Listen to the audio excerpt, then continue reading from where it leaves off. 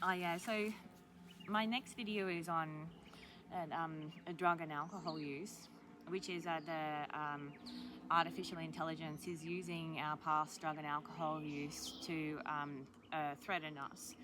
So it's excuse the kookaburras. It's taken our memories out of our brain, and then destroyed our own cognition.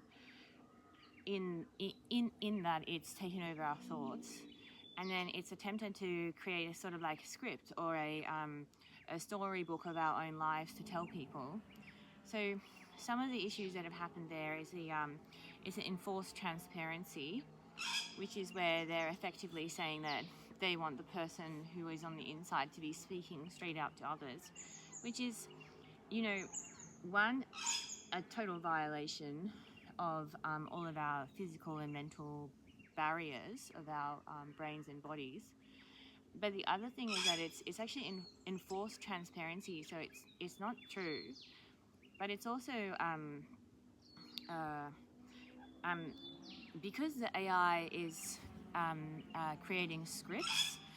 It's taking from our lives and then writing in scripts or storylines to speak about our experiences with drugs and alcohol, which, even though it might sound factually correct, could actually be incorrect in the way that it's worded or the expression of the experience.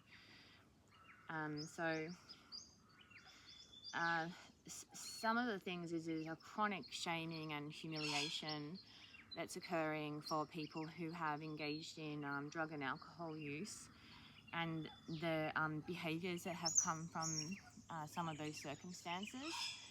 So, I think that I'll talk about these things slowly over time. It's not, a couple of years ago, people were saying, oh, well, we're hearing voices, and everybody was saying, or not everybody, people were saying, oh, well, it's meth, they've smoked meth. And so now we're saying, oh, well, back then people were trying to say, oh, it's nanobots or it's whatever. Whereas now we have actual, the blood tests, which are showing the technology inside our bloods. And, many people across the world are aware of this. So probably for this first video, I just want to say, hello to all other people across Australia who are experiencing this or are aware of this, and who are experiencing the attack and control by the software program, to restrict their behaviours associated with their past drug and alcohol use. And so I'll pause there because how it runs with the talking. So I hope that everybody is, somewhat okay. And I know that it's been extremely traumatizing for everybody to go through. And so,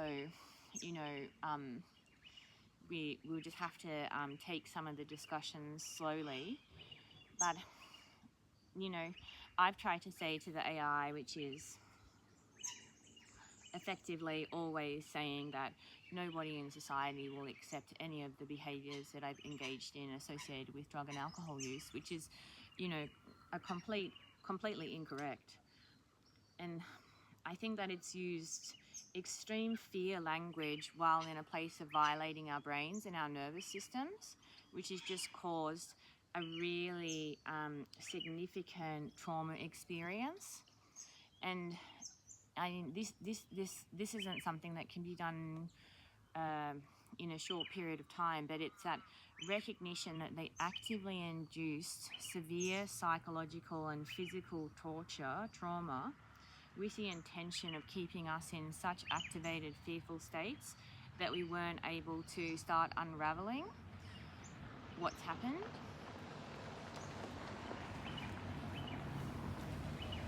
And so